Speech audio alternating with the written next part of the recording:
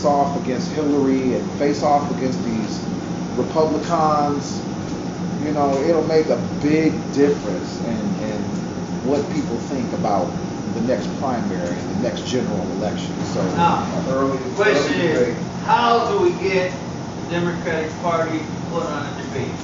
How many people are actually registered to vote as a Democrat? Oh, as a Democrat? Right. I know it's not high. I'm not. So there's two things that you spoke to and that you're speaking to. One is Bernie strategically made the decision to seek the Democratic nomination because otherwise they would have shut him out of the debates completely. Yeah. I agree 97% of the issues with Bernie. I agree 98% of the issues with Jill Stein, who ran for president before. Does anybody know who she is? Yeah, Green Party. Right? Was she able to participate in any of the 16 debates that they had in the last election? No. No. So he was very strategic about seeking the Democratic nomination because then he doesn't have to fight the infrastructure building across the country. Not all of these parties are actually even qualified to be on the ballot in some states. So that means that he wouldn't even have one vote cast for him in the election. The second part of it is, as party people in the Democratic Party, we can sway the Democratic power structure. And the way that we do that is we make noise. Yeah. We make a whole bunch of noise. I don't know if you know our central committee in this area.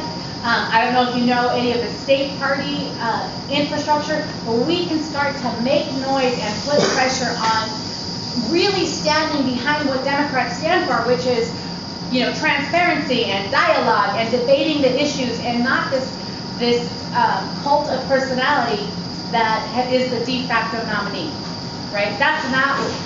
That's what fucking Republicans do. Yeah. Right? They push it. I'm sorry, I get a little passionate. Yeah, that's right. We're all adults here, right? Yeah. That's what fascists do, who don't want to open the gates and have a real mature conversation about issues and what is best for people. So we can put that pressure on the party structure here, and we can shame them. These corporate Democrats, we can shame them to do the right thing. How? It's a phone call every day. It's social media message. All these people got Facebook pages.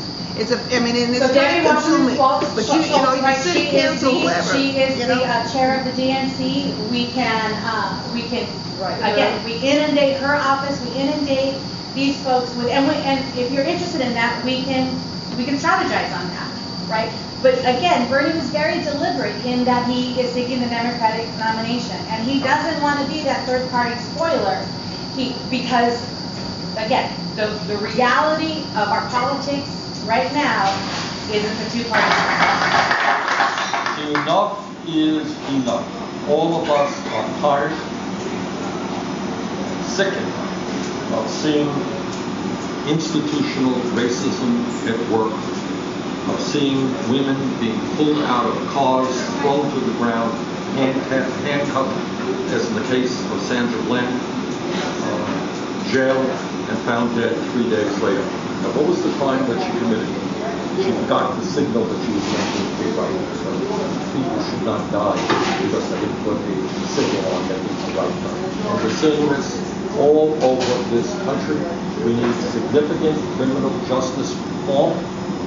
We need to deal with a whole lot of issues. But the bottom line is we cannot and should not lead the world with a number of people who are in jail. We should lead the world of having the best educated population in the world.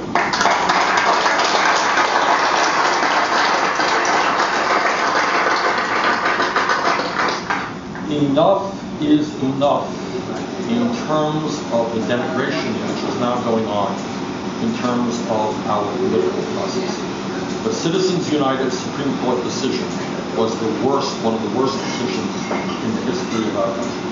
And what that decision said to the wealthiest people in America, today you own much of our economy, now you have the opportunity to buy the United States government, and that is what we are doing. So So when you have a situation where one family, the Koch brothers, is spending more money, close to $1 billion in this election cycle, to elect candidates who make the rich richer and everybody else poorer, when you have a situation like that, that is not called democracy. That is called oligarchy. We have got to do everything in our power to turn back the election. So not only do we need to overturn Citizens United, but we also need to move the public funding of elections.